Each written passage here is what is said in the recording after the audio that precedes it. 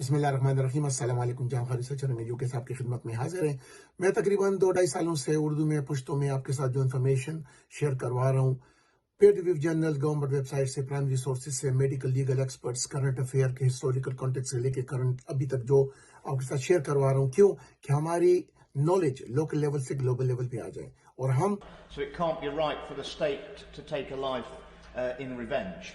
Events have caused this whole COVID madness, this so-called pandemic, it was just It's a survey of 99 million.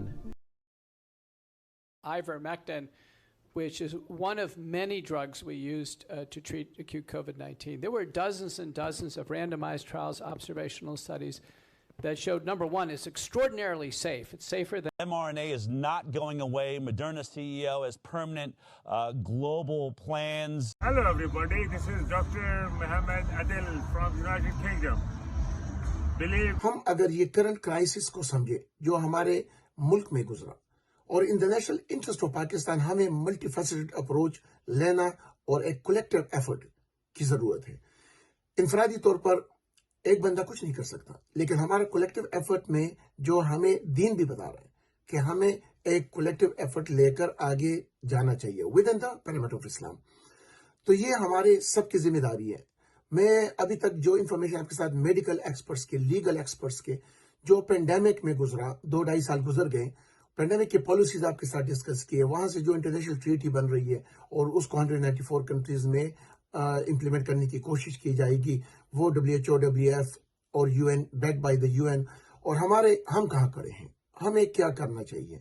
جس طریقے سے یہ books بھی میں نے پیچھے رکھے تاکہ اس کو بھی آپ دیکھیں، اس سے بھی اخذ کریں کہ ہم کس حالات صورتحال سے گزر رہے ہیں، ہمارا ملک پاکستان کس حالات سے گزر رہا ہے۔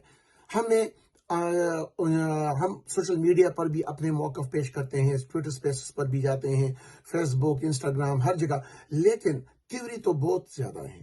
فیلڈ ورک میں پریکٹیکلی گراؤنڈ ریالٹی کیا ہے؟ کیا اتنا ایفیکٹو ہے؟ کیا آگے کے لیے ہمارا سیفٹی سیکیورٹی ہوگا؟